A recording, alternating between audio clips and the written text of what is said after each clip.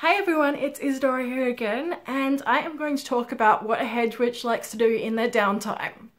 So obviously I spend pretty much all of my time running the business, and that takes a lot out of me. So every now and then I really need to just stab something a couple of thousand times. It works really well. I am of course talking about embroidery. Murder is still currently illegal, so we stab materials. These are a couple of the pieces I make. I kind of just started doing it because I wanted to see if I could do it, and I can. So turns out embroidery, not that crazy a thing to do. So this is one of my first pieces that really sort of started getting everyone talking about stitching and witching and all of those sorts of things, and the stitching witch. I find embroidery really good because it's a really sort of meditative process, and I've actually started making pieces that have a lot of magical workings into them. So, oh excuse me, I have an eyelash. So this is the first one I made. It's a Wheel of the Year. All of the various Sabbats are on there.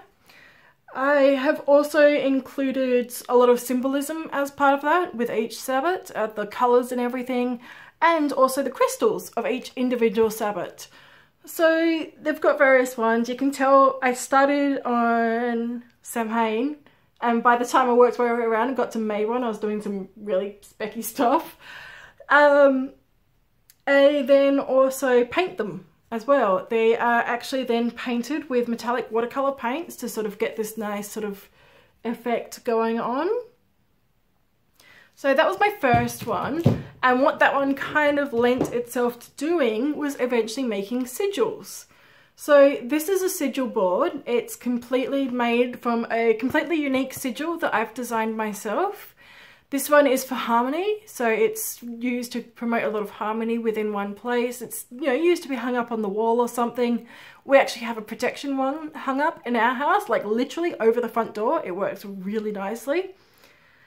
It's got crystals because everything at Three Marigna has crystals.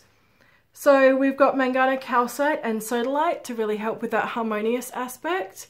And it's actually fully mounted and framed. It comes with a wee little hanger so you can actually hang it up, and this is our final piece. So this is where sort of the magical side of embroidery really started coming in strong. I use a lot of colours and bits and pieces and put a lot of intent into the craft of it, into the threading. This was my latest piece, and it's actually yet to be framed, so forgive me for that, but this is one of my latest designs. It was a lot more like sort of arcane in its design. I love death's head moths. I even have a little death's head moth tattoo. Crystals, of course, because it's got, you know, crystals and a moon. So this was one of my latest ones. This was less specifically magical and just more because I really love a lot of sort of sacred geometry and sacred symbolism. So that one was mostly created for that. So that is the Stitching Witch so far. I am currently working on some more sigils. So this one is actually currently available. Pretty sure it's up on the website. If not, I will be putting it up very soon. So you can actually grab this one itself. Otherwise, I am currently working on one to banish evil. So there's going to be a bunch of different ones on the website very, very soon for you to buy.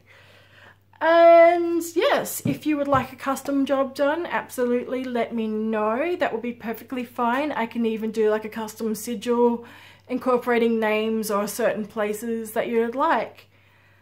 That is all for my stitching and witching. I am sure at some point I will update you all with another one very, very soon, because I do tend to make these things a lot. Thank you very much for listening, and I will get back to you all soon. Thank you.